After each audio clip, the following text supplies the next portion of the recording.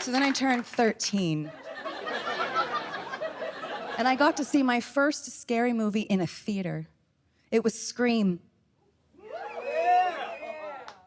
I became a woman that day. I did. Sometimes the killer underneath the mask is hideous and disgusting, and sometimes it's Skeet Ulrich.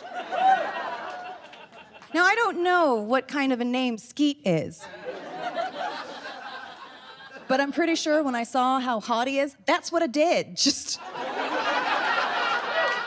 the whole back row. And I convinced my dad to take me to see it 6 times. 6 times. He had no idea it was my own personal Debbie Does Dallas.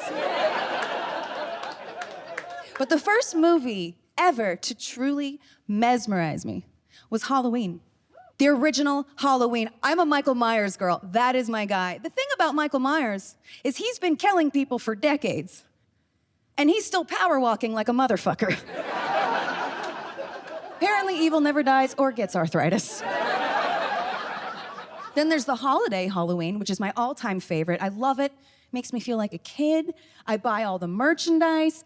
Particularly, I love all of the fall candles. It's my favorite. See, I'm doing this thing now where I'm trying not to eat sugar. So I buy candles that smell like the things I can't eat. Like blueberry maple pancakes, pumpkin pecan waffles, pussy. I want to. I do. You buy a lot of candles, don't you? Fantastic. I took my mom to her very first drag show on Halloween one year. And it was an incredible night. So we go, and I knew all the girls, I knew all the queens. So we show up, and the queen hosting liked to do this thing where she would invite new audience members up to the stage and ask them, dick or clit? Meaning, what do you like? So she gets my mom up, she gets to my mom, and my mom, without missing a beat, yells, clit! The whole room goes crazy. They're like, whoa, Sam, your mom's a lesbian? That's so cool. I had no idea. My mom figures it out, and she turns into this demon. She just starts yelling, dick! I like dick! Dick! Oh my God, Mom, who are you, the Babadook?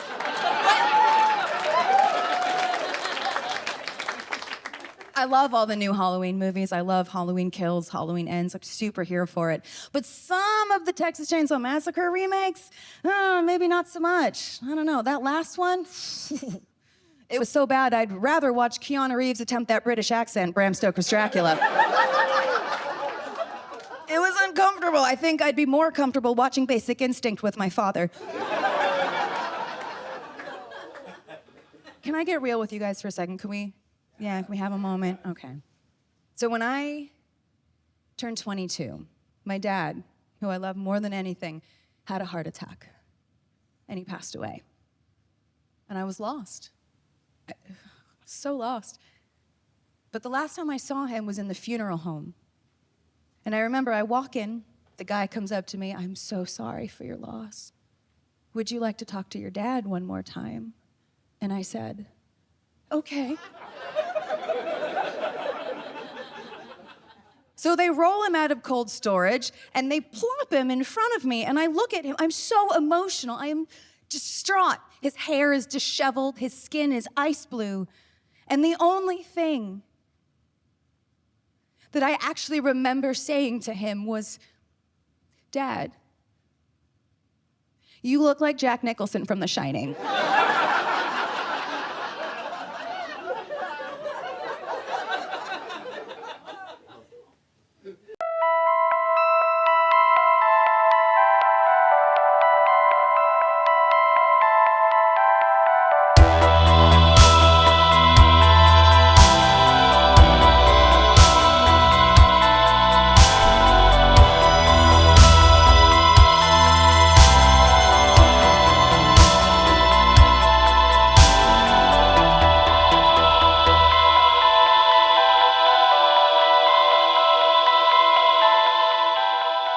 Welcome to Horror Nerd, the podcast. Holy crap, we're back. Mwahahaha. We said we'll be right back, and we actually were right back. We were right back. It's because we're final girls. That's right. how that works. That's the right. rules. That's right. That's the rules. I'll be Laurie Strode, and you'll be. I would say Helen Shivers, but that didn't work out. I mean, Buffy's kind of a final girl. She died a couple times and kept coming back. Yeah, I think that's appropriate. Yeah. Also, okay, I'll let you be Laurie Strode. I love you enough to forfeit that one. Thank you. It's so nice. Yeah, you're welcome. You're welcome. I'm very kind. What can I say? Well, I just want to say that I am on a stupid VHS kick right now where I think, you know how like some people stress eat? I stress VHS. It rhymes. Put it on a bumper sticker. I stress VHS. So I've been going to, all the like little hole in the wall kind of stores where you can find old school VHS.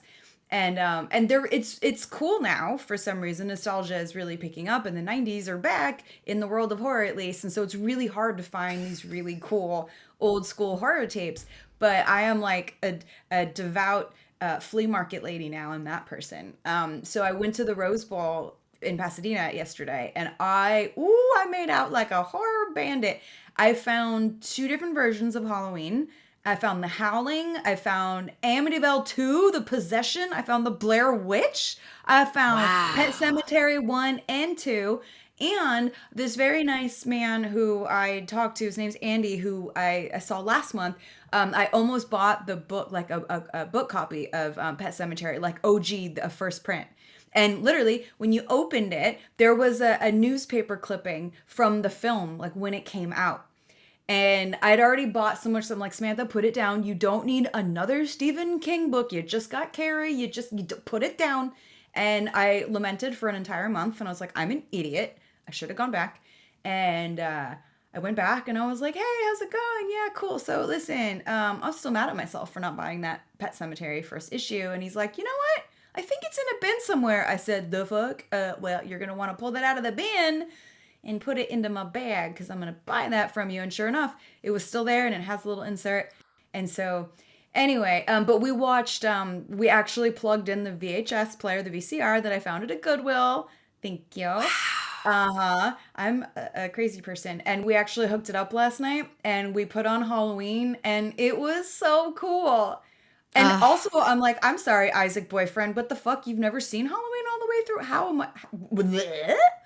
I was like, well, what do you mean you don't know what happened next? What do you mean you need to pause it? Because you're going to be right back and you need to pause it. Don't you already? I know. It was insane. But it was fun to watch him watching it. But it was really, really cool to watch the VHS of Halloween because it has that old school, it's not, 4K. It's not brand new. It looks like the 90s. It makes you think of when you first saw it when you were a kid. But we have a decent like sound bar in the living room, so it looked all vintage, but it sounded really good, and that was a cool ass experience. 10 out of 10, highly recommend. Nerds, do it. Do it, nerds. I need to get a sound bar, but the first time I saw on Halloween was on a VHS tape, and so you're making me so nostalgic right now. And I wonder if that was my VHS copy of Blair Witch that you picked up.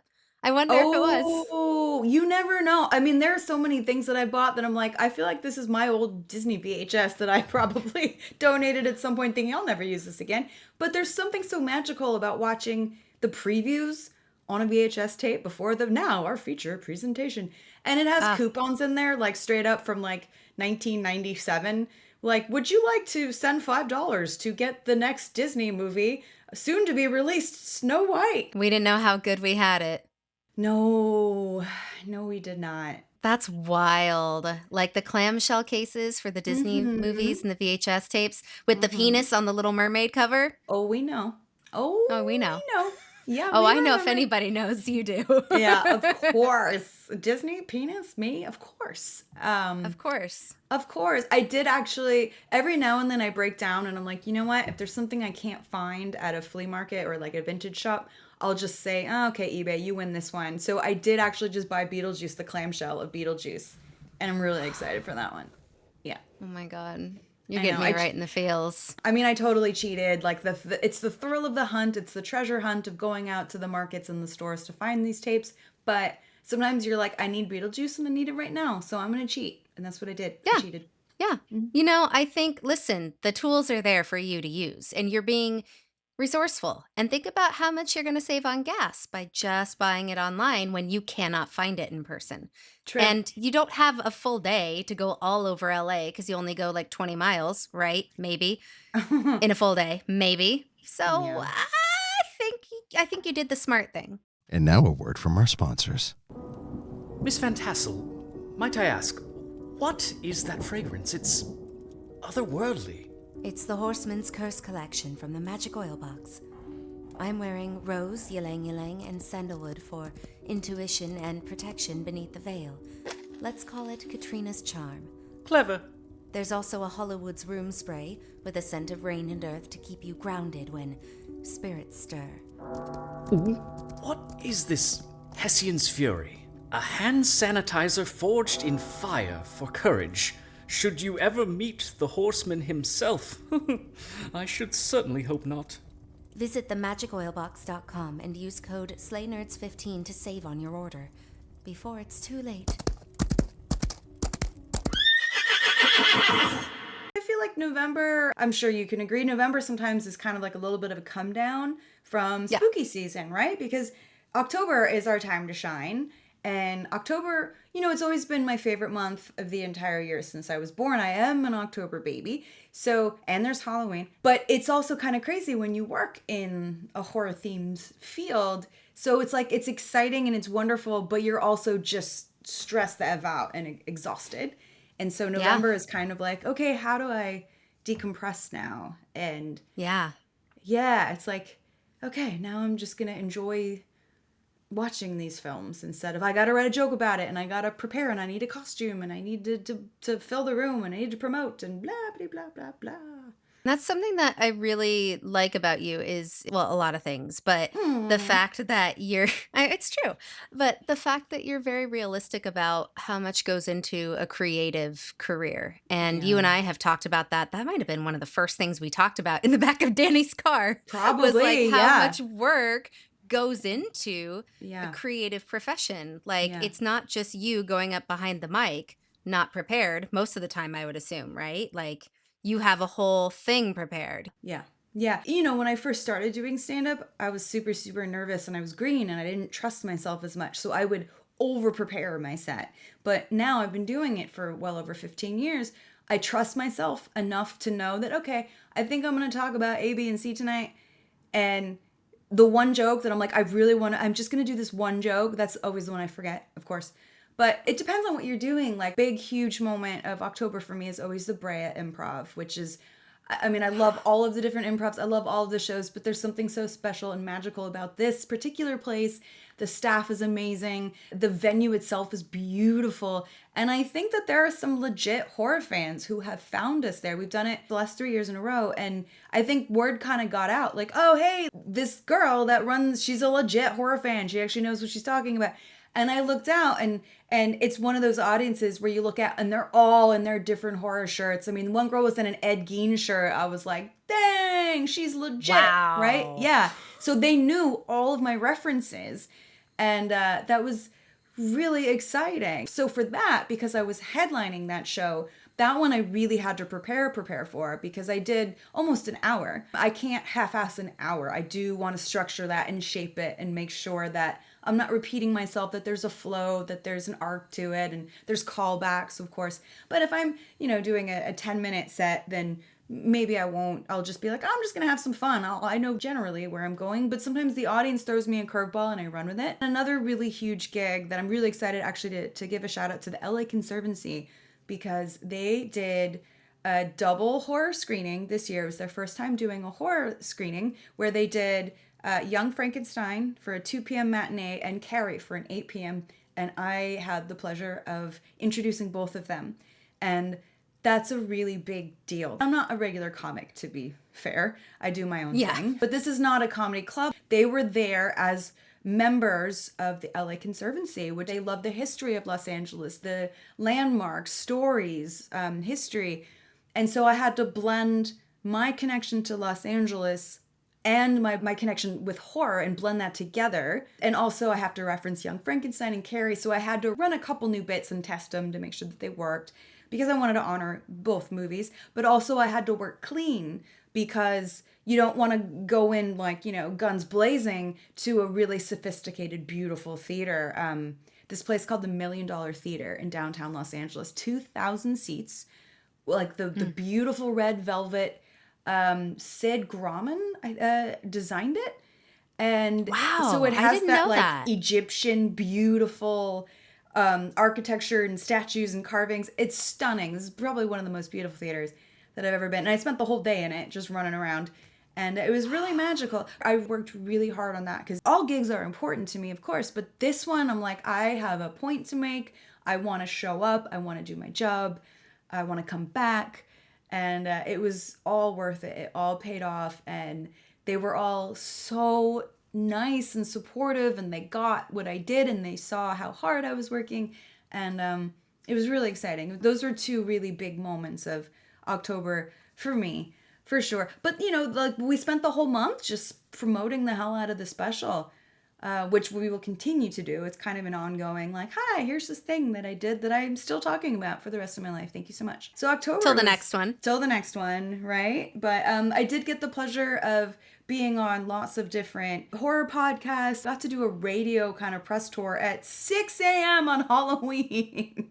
Which was bananas. I was like, oh, you want me to be funny at 6 a.m.? I got this. I can do it. And of course, the very first interview, this guy, very sweet, but I don't know if he was like a huge horror fan per se. And he's like, yeah, we had Michael Myers on the show. And I'm like, oh, you had Nick Castle? No. Who's Nick Castle? Like, he had no idea. And because I was so tired, my brain wasn't like, oh, hey, girl, there was more than one stuntman that played Michael I was too tired for my brain, and I was like, I don't know how to. Dang it, I sound like a dum-dum right now because I don't know what he's talking about. And then it dawned on me, oh my god, he meant Tony Moran. Ah. Oh, I just would have guessed that he thought Mike Myers, but okay. I was like, the Love Guru At 6 a.m. Yeah, the Love Guru At 6 a.m. Austin Powers? Yeah. Why not? Yeah, my pumpkin spice coffee was not working yet. But it was really cool. So did that, and then I kind of warmed up, and it was like almost a couple of hours of just talking to different radio stations across the country. And it's really interesting. You can tell who is actually really familiar with your work and who hasn't seen it yet, or who loves horror films and who is just like, I don't know, you sounded cool. And I'm grateful for either opportunity. Of course, it's kind of fun talking to both people. But like there was one interview and I kept saying like, totally. I kept like doing the PJ Souls thing because we were talking about Halloween and just right over the guy's head. I'm like, okay. And then when that interview was over, the guy who was like patching me through to all the stations was like, I got it. And I thought that was awesome. Totally. I'm like, thank you. To be really understood. Cool. And look at you being able to adapt to the different personalities that you were encountering in those interviews. And it's just like what you were talking about earlier, when you take your material and you have this wide variety of things to pull from and experiences and movies and things that you're passionate about and history of LA and growing up out here. You have this whole smorgasbord of things to pull from, and you're able to adapt that to the different venues. Like what you do at the Improv on Horror Nerd the night there isn't going to be the same thing as the $1 Million Theater. And that's just such a testament to your professionalism. And you can tell by your branding and how much you love this, that you're not just doing this because it's trendy right now or it's in. You're doing this because you love it and you're good at it. And it's just really cool to see. Aww, Anytime. I'll Venmo you later. Thanks. Checks in the mail. Checks in the mail. So what were some of your October highlights, B? Getting to hear my voice at Spirit Halloween for the first time. In the subway. In the subway. Yeah. The subway display at Spirit Halloween. And one of my friends actually sent it to me. He messaged me and was like, I'm at Spirit Halloween right now. They're tearing down the display. And I asked them, like, I said, wait, don't tear it down. That's my friend does a voice on it. And they just said, do you want it? So he shipped it to me. It's still in the box. I haven't opened it yet. No way.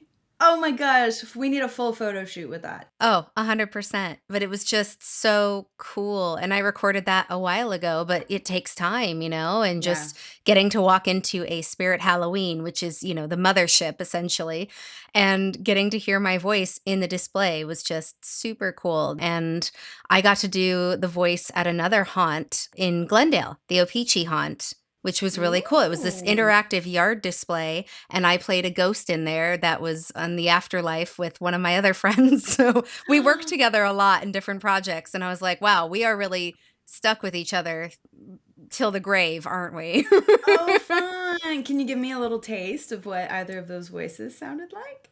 Like the one at Spirit Halloween. Yeah. She basically, I'm like trying to think of how much I can say about it. She was basically Annie Potts in Ghostbusters. Oh, yes. Yeah. Ghostbusters. Yeah, it was like customer service department. And then the other Ooh. ghost was like, she was welcoming all the people at the party and was like, hello, welcome to the party. I see you're here. Like, she's very like, oh, like really fun. I would go to that party if I heard that voice welcoming me in. It was really cool to just hear my voice floating in this brilliantly set up outdoor display that was so creative, and it was free to go and you could interact with things, and it was really cool. It was one of those months. I don't think I've ever had such a busy month as a voice actor where I got to hear my voice in different things. I couldn't go to your show at the $1 Million Theater because I was in San Jose at the Winchester Mystery House, and I got to hear my voice there, and I got to play Sarah Winchester, who I think is The lead highly role. misunderstood. Oh, Like, yeah. she's like the head bee up there, you know? And it's really interesting because I think throughout history, people have always thought that she was crazy, and they've always said not so nice things about her. But she was, if you think about the constant construction on that house, whether it was ghosts or whether it was because of the earthquake up there, she was employing a lot of people for a Yeah. long time. Like, Yeah. she basically built that town, which is kind of insane. But that was a really, really cool experience, getting to play her and another character for their haunt and getting to be there. And I cried when I was there. And I was not totally sober, but it was just tears of gratitude. Yeah, but alcohol brings out like kind of the truth of how you're feeling quite often. So you must have already felt this overwhelming excitement and like, oh my, holy shit, I did that. That's me. Yeah.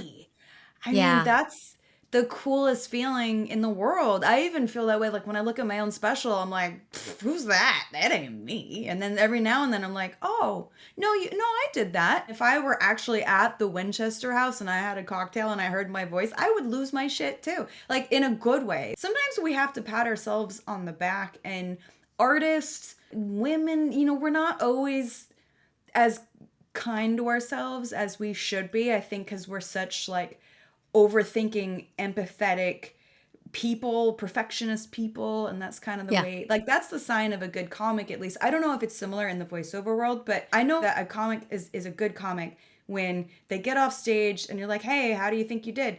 Well, I think I did all right, but God, there's this one joke that I just can't get to work. That's your artist right there. Like you can crush 10 minutes, but you do that 1 minute joke and it doesn't work, and that's all you can think about. The self-tortured artist, there's a little bit of truth to that, unfortunately. Oh, yeah.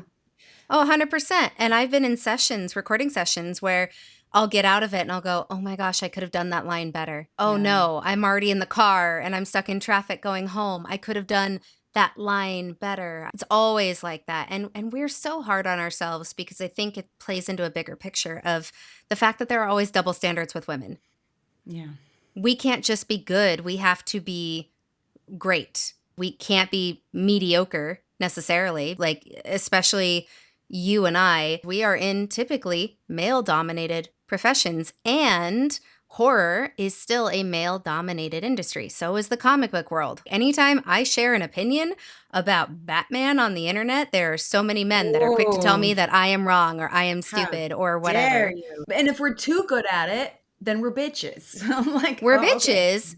Or, no, you don't like that stuff. What man brought you to this? You couldn't possibly like this on your own, which is stupid. We're so hard on ourselves because there's that double standard. And especially when you're an artist and we're always reaching for that next level and that next level and that next level. It's never about getting to the place where you're done, because there's always another place to grow. You're supposed to keep growing and keep evolving. And I think artistry is that same way, but we get so caught up in, once I hit this milestone, then I'll be happy, then I'll be done. And we're never happy. We want to keep going and growing. Mm-hmm. Yeah, you're never done. You never get to the point where you're like, oh, I know everything. Oh, I mean, that's life in general, but specifically as an artist, I mean, I look back at my jokes and I'm like, damn it, I have such a better tag for that now. Oh my gosh, I fixed that joke. It's so much better. Oh, I can't believe, yeah, that's just, but when it comes to like women, especially when it comes to horror, I've been super grateful. I've been doing lots of really cool podcasts and interviews to promote the special.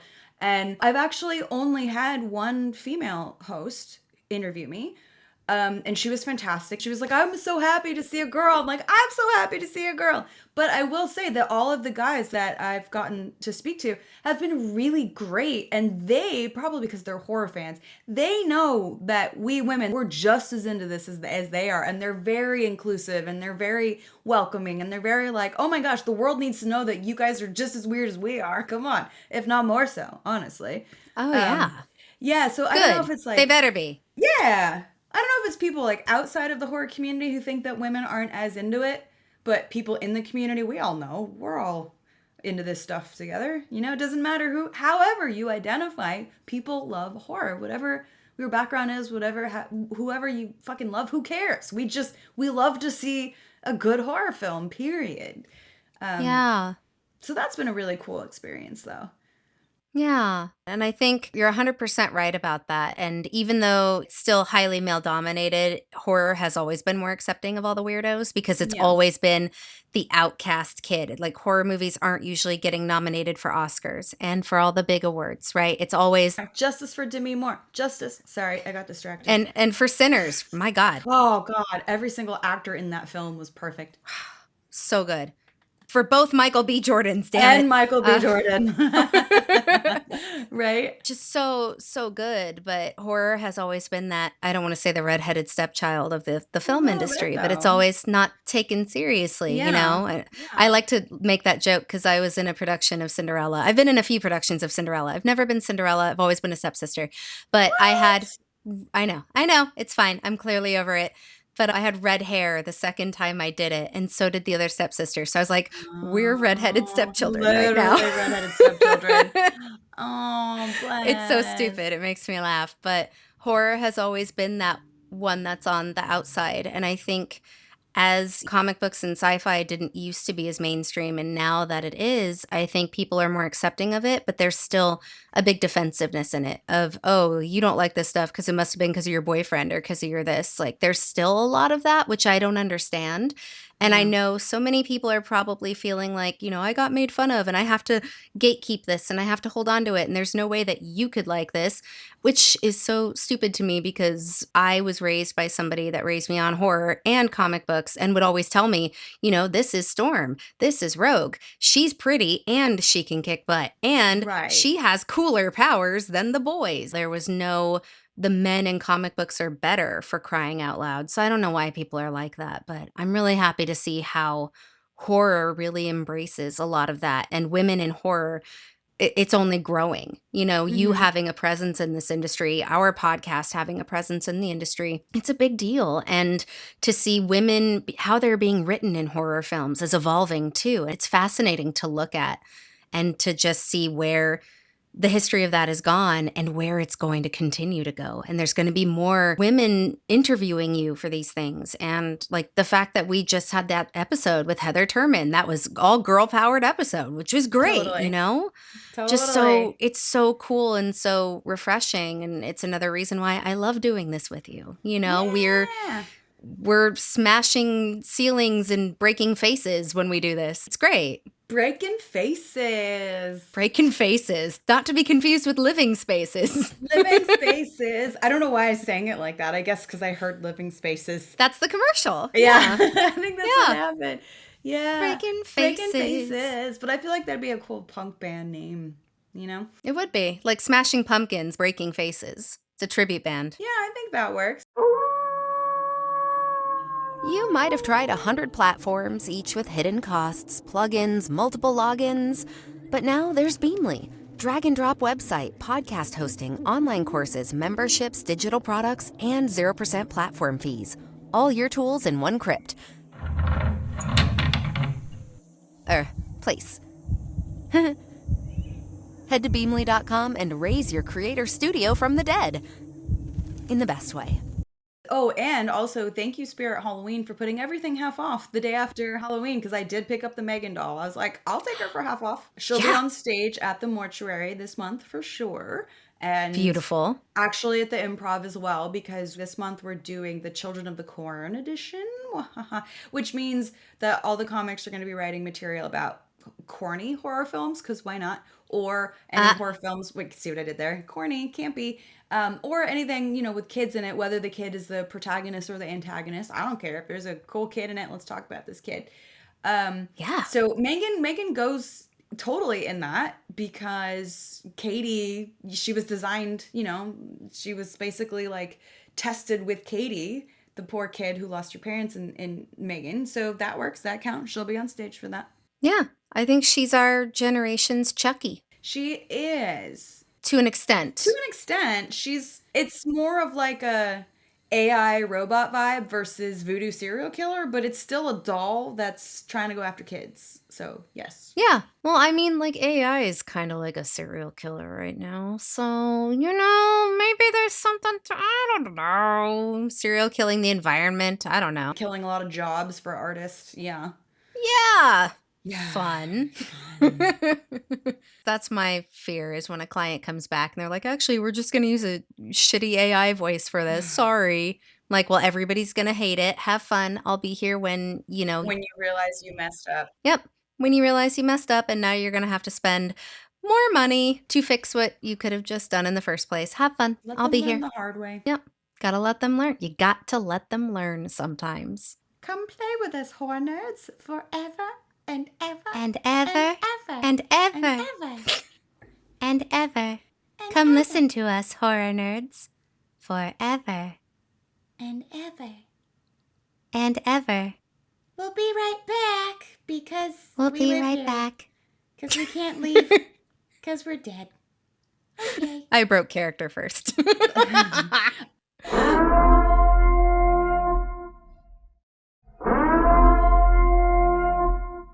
This is not a test. This is your emergency broadcast system, announcing the conclusion of the Horror Nerds Comedy Podcast, sanctioned by Horror Nerds Productions. All authorized screams, laughter, and unhinged opinions of Class 4 have now been safely contained. During this broadcast, all tangents, puns, and unsolicited horror takes were permitted without consequence. Emergency podcast services will resume after this brief transmission. Blessed be our final girls and our Horror Nerds founders, a podcast reborn. May humor be with you all.